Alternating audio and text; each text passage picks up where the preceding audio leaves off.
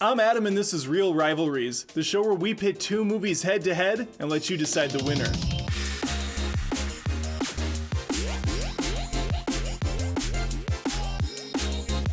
This week it's Captain America Civil War versus 2017's Justice League, excuse me. I'll be comparing the cast, stories, costumes, and action. I have a feeling picking a winner here is gonna be super easy, barely an inconvenience. What?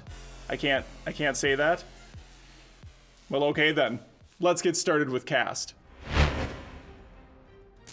Even though Captain America has his name on the billboard, he's far from the only Avenger present in Civil War. Steve Rogers is the main focus of the film, and Chris Evans is as strong as ever here, both as an actor and a physical Adonis. I know he didn't actually pull down a helicopter, but at the same time, didn't he though? Robert Downey Jr. is back as Tony Stark, albeit a much more responsible one than we've previously seen. That doesn't stop him, of course, from tastefully hitting on Peter Parker's aunt. Oh yes, Peter Parker / Spider-Man make his MCU debut here. The other huge newcomer to the roster is Black Panther.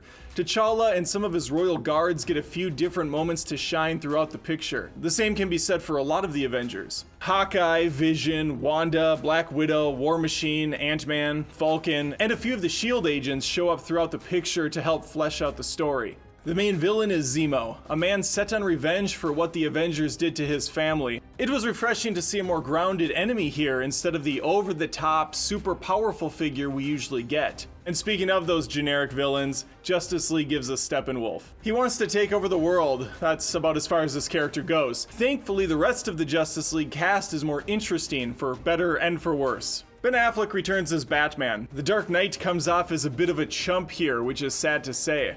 His vicious, fear-inducing persona from the previous film has been replaced with a lumbering punchline of a character. Joining him is Gal Gadot's Wonder Woman. She's a definite highlight of the picture, even if some of her delivery feels off. Kal-El, no! The Flash, played by Ezra Miller, is mostly there for comic relief, and I honestly have no idea what is going on with his running form. It's like his arms and legs are being operated by two different people. Jason Momoa brings us a much cooler interpretation of Aquaman than most have previously seen before. I dig it. Cyborg, played by Ray Fisher, rounds out the cast. Victor Stone was done dirty here, with a good chunk of his scenes left on the cutting room floor. Justice League has a number of high-profile Oscar winners here too. Blink and you might miss Amy Adams, Jeremy Irons, and J.K. Simmons, as they have maybe a total of 5 minutes of screen time. Diane Lane and fan favorite Amber Heard have very small roles here as well. I hope that sarcasm came through on the last line. In the worst kept secret of all time, Henry Cavill reprises his role as the Man of Steel. He kind of plays two roles, actually, one as regular Superman and another as the digitally removed mustache Superman. He's great at both, but the latter is sometimes odd to witness. Civil War has a ton of established characters in the franchise, along with some awesome newcomers. It's gotta get the win here. It just has to. In Captain America Civil War, the events of Sokovia, amongst other things, have come back to haunt the Avengers. This comes in the form of a man named Zemo. He blames the superheroes for the death of his family during Age of Ultron and vows to destroy them from the inside. Kinda like that Burger King I ate the other day has vowed to do.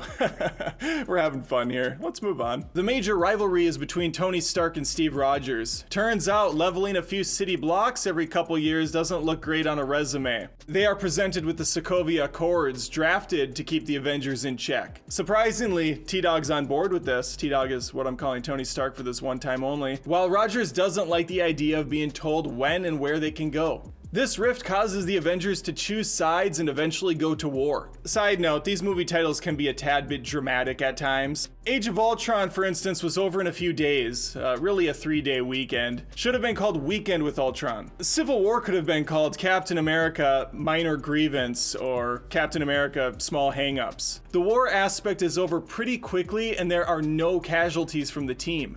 I think that's the biggest issue people have with the film. When the dust settles, nothing really changes going forward. Sure, some might have a chip on their shoulder going into the next film, but it hardly amounts to anything, and this ultimately feels a bit too safe. There are a ton of side stories that all revolve around the main plot. Zemo reactivates the Winter Soldier using a string of Hydra code words, forcing Rogers to fight for his best friend or let him die. T'Challa is brought into the fold after his dad is killed in a bombing. Wanda and Vision get thrown into a rom-com. Hawkeye and Falcon get an Odd Couple spin-off. Peter Parker gets to take part in a high-stakes battle to potentially his death before being sent back home and ignored for a couple months. Zemo also reveals footage that Bucky killed Tony's parents thanks to a conveniently placed camera. If this all seems a bit overwhelming, Justice League might be more your speed. The world is in mourning since the death of Superman in Batman v Superman. All we have to remember him by is a lovely sculpture, some nice trinkets next to memorials, and some touching camera footage where he appears to have had some of his mouth replaced by that of Angry Orange. Remember Angry Orange, kids? Remember him?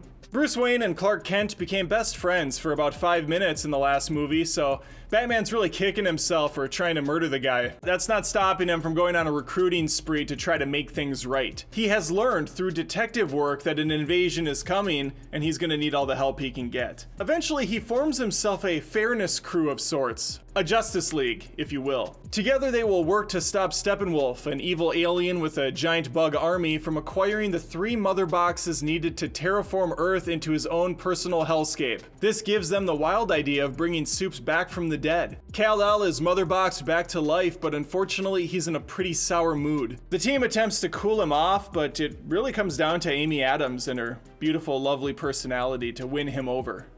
Wins me over every time I watch. At this point, it's basically game over for Steppenwolf, as Superman has very little trouble taking him down. The rest of the team could have packed it up and called it a day, gone home, had a nice meal, let Superman take the wheel for the final act. Especially when Batman is just absolutely embarrassing throughout the film. At one point, Superman tosses him onto the grass like a rag doll, and the camera just sits on his sad, crumpled heap of a body for a few seconds. Reminded me of Peter Griffin falling down and holding his knee in pain. Not a good look for the Cape Crusader.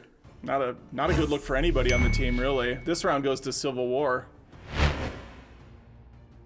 Justice League feels like one of those good old-fashioned 90s Saturday morning cartoons. There is some good entertainment to be had, even if the final product is an absolute mess. The pacing is aggressive, with very little downtime in between action. The fights themselves range from silly to video game cutscene shenanigans. There is plenty of fun to be had here, even if the scale is incredibly depressing for a first-time Justice League picture. Wonder Woman takes out some thugs in a bank, Aquaman makes a bug kebab with his trident, Batman uses some insane vehicles, and The Flash has a few slick slow motion segments peppered throughout the film. My favorite scene is easily when Superman fights his allies briefly. That side eye he gives Flash when he's running at him, that's good stuff. I eat that up. There is a cool flashback sequence to a previous battle that I wished was like the final battle of the film instead of this like 2-minute history lesson. What we get in the end is a weird fight between Steppenwolf and saving some random family that is for some reason in the movie. All of these moments are unfortunately made the worse thanks to Joss Whedon's terrible recoloring of the picture. That recoloring really hits the hardest in the final act, where that miserable red hue is dropped onto every single element.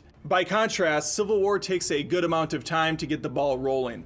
There is a solid fight early on in Nigeria where some of the team takes on Crossbones and his crew. Captain America's tossing his shield around willy-nilly, Black Widow's doing her little flippy spin moves around some lucky guy's face, and Wanda ends up leveling the floor of a hotel because her continental breakfast was subpar. The last point is maybe not accurate, but those people died regardless. The movie takes a beat for a while to actually build a plot, and then it's once again off to the races as a manhunt is underway for Bucky Barnes and Captain America. We get some good Bourne Identity style chases, with Black Panther jumping into the mix here and there. This all comes to a head during the infamous airport scene. Both sides doing their best X-Men the Animated Series run at each other, with all sorts of chaos unfolding. It's a potpourri of kicks, flips, and quips, one that ends with Vision blasting War Machine through the chest, sending him toppling down to Earth. Somehow lived from that. Not entirely sure how that happened, but that's not for us to decide. That's not for us to determine. There's very little stakes here. This could have been the final fight, but there's a whole other section to this 17-hour film. I'm joking, it's not near that long, it only feels like it sometimes. Cap and Iron Man exchange words, then punches in an intense final bout. one that ends with hurt feelings and imprisoned friends. Don't worry, they'll be back in action before you finish that cup of coffee. Even though Justice League moves at the pace of an 8-year-old discovering Red Bull, there are just far better action moments in Civil War. It's gonna take a win here too. We have ourselves a real barn burner here, don't we, folks? Listen, not all these Reel Rivalries are gonna be nail-biting experiences that come down to the wire, but it's still fun to compare movies regardless. Since there is a large swath of characters in these two pictures, briefly speaking about the costumes might shake things up a little. Both pictures, like most superhero films in general, have the tough task of translating the comic book character's appearance to the big screen. Costume designer Judiana Makovsky put a lot more work into Civil War wardrobes than I did mine. Tony dresses more businesslike and less party bro to reflect his mature shift. Rogers is still rocking that child's large plain tee like an absolute god, and his superhero suit has a nice tactical look to it. Scarlet Witch dropped the Hot Topic garbs for something more modern, while Natasha gets to step out of that slim-fitting leather for a tasteful Macy's ensemble. This is the first time we see Black Panther and Spider-Man 3.0. Panther's suit is slick and powerful in appearance, while I think Spidey's costume was met with some mixed reviews. I will say the blinky eyes on the suit, that's a nice touch. The big challenge is to make these heroes not look completely ridiculous in the outfits. A lot of that comes down to the lighting and the way they're shot. Civil War isn't the punchiest of films. There is a flat appearance to a lot of the scenes, which can help tone down the wild colors, but it also drowns things out. Justice League has similar issues here. It's no secret that Snyder had a much darker film in mind, not only in tone, but just the color palette he gives his projects. Once Joss Whedon took over, there were massive changes to the visuals. Take Batman's costume, for example, clearly designed for an ill-lit room. So when you put him in a bright setting, he's gonna stick out. He's gonna stick out like Wanda at a Take Your Brother to Work Day event. Jesus. This is incredibly dark. The costume designer, Michael Wilkinson, received some pushback for how he handled the Amazonian warriors too. The full armored suits from Wonder Woman were downgraded a tad, with many of the ladies showcasing their rocking abs and fit figures. Impractical for combat? Sure. Easy to get stabbed in the stomach now? Absolutely. But let's not discredit their ability to do a sit-up 10 times easier with that missing weight gone, with that flexibility in play. We shouldn't take that off the table. Sarcasm. As far as the main heroes go, I think they were all done justice. There's a pun there. I would give my upper lip just to look even a fraction as good as Henry Cavill does in that Superman suit. Or just in general. The Flash wardrobe looks like it can handle the speed. I only wish that someone who ever ran before in his life was wearing it. Gal Gadot always looks stunning as Wonder Woman, and if you were ever curious as to what she looks like from every single angle imaginable, Joss Whedon has you covered. Cyborg has that whole floating head thing going on. His CGI frame doesn't seem bulky enough either, but again, lighting is everything here. I could almost convince myself to give this round to Justice League simply for Wonder Woman, but there are just too many inconsistent and awkward moments. Batman pouncing down into a crouch pose, for instance, is maybe the dumbest thing I have ever witnessed. And I've seen the movie Cats. That was too much. I acknowledge that. Civil War is going to clean up with another win in this department. I could do this all day. Believe it or not, I don't hate the Justice League. I kind of actually enjoy it, the same way I do a McDonald's breakfast. Sure, I always feel bad afterwards, but damn it if there weren't some good moments there. Civil War is just a more competent film with a clear single vision. Perhaps the Snyder Cut will give the DCEU fans what they wanted from Justice League, but until then, let me know your thoughts on these two flicks and which you prefer. Thanks for watching. I'm Adam, and this is Reel Rivalries. Thanks again for watching. Sound off in the comments below and tell us which two movies should rival next. If you enjoyed the rivalry, make sure to hit that like button and comment with your episode winner. If you're into movie debates, make sure to subscribe to Screen Rant for more Reel Rivalries and much, much more.